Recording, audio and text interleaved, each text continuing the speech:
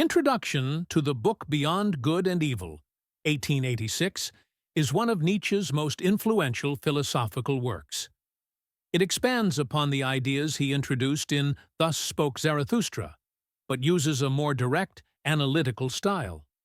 Nietzsche's goal is to break the foundations of traditional Western morality and replace them with a new philosophical outlook based on strength, creativity, and self-overcoming. He argues, traditional morality is an invention, not a truth. Philosophers hide personal biases behind objective systems. Humans must move beyond the old categories of good and evil. A new kind of human should arise, the Übermensch, the higher man. The book contains 296 aphorisms divided into 9 chapters, plus a concluding poem. 1. On the Prejudices of Philosophers. Nietzsche opens the book with a powerful attack on earlier philosophers. Core ideas. No philosopher is objective. Philosophers pretend to be neutral thinkers, but Nietzsche argues they are usually guided by emotions, upbringing, and personal weaknesses. Example: Plato hated the senses, built a system that glorifies pure reason. Schopenhauer was depressed, built a philosophy of pessimism. The will to truth is questionable. Why do humans assume truth is better than falsehood? Maybe illusions help us survive. Maybe truth is dangerous. Morality is a mask. Concepts like good and evil are not eternal laws. They are human inventions created for social control. 2. The free spirit. This chapter celebrates the rise of the free spirit, an independent thinker. Key themes. A free spirit challenges traditions, religions, and moral rules. He thinks boldly, even if society hates him. Doubt is not weakness, it is power. Free spirits often seem immoral, but they simply refuse old limitations. Nietzsche essentially describes the kind of thinker he believes the future needs. 3. The religious nature. Here, Nietzsche introduces one of his most famous ideas: master morality versus slave morality.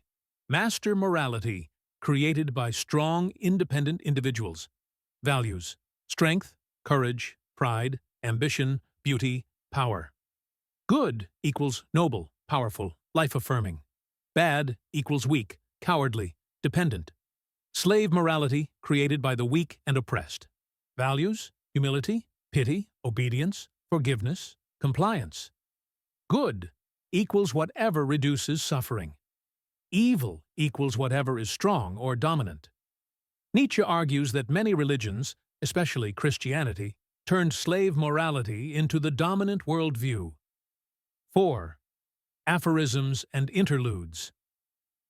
A short chapter filled with Nietzsche's sharp thoughts. Main messages: human beings hide behind moral masks. Even our most noble actions have hidden motives. People are often unaware of their own psychological drives.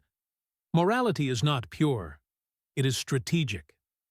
Example: helping someone may not be kindness. It may be a desire for power, importance, or self-image. 5. The natural history of morals. Nietzsche treats morality as something that evolves, like species. Key points: morality is shaped by culture, religion, danger, war, wealth, and environment. There is no universal morality. Every society invents the values that support its structure. Strong societies create strong values. Weak societies create defensive values. 6. We scholars. Nietzsche criticizes scholars, scientists, academics, religious authorities. He claims they pretend to search for truth, but most are conformists, fearful intellectual workers, not true thinkers. He argues that Christianity turned Europe into a culture that avoids strength, risk, and greatness.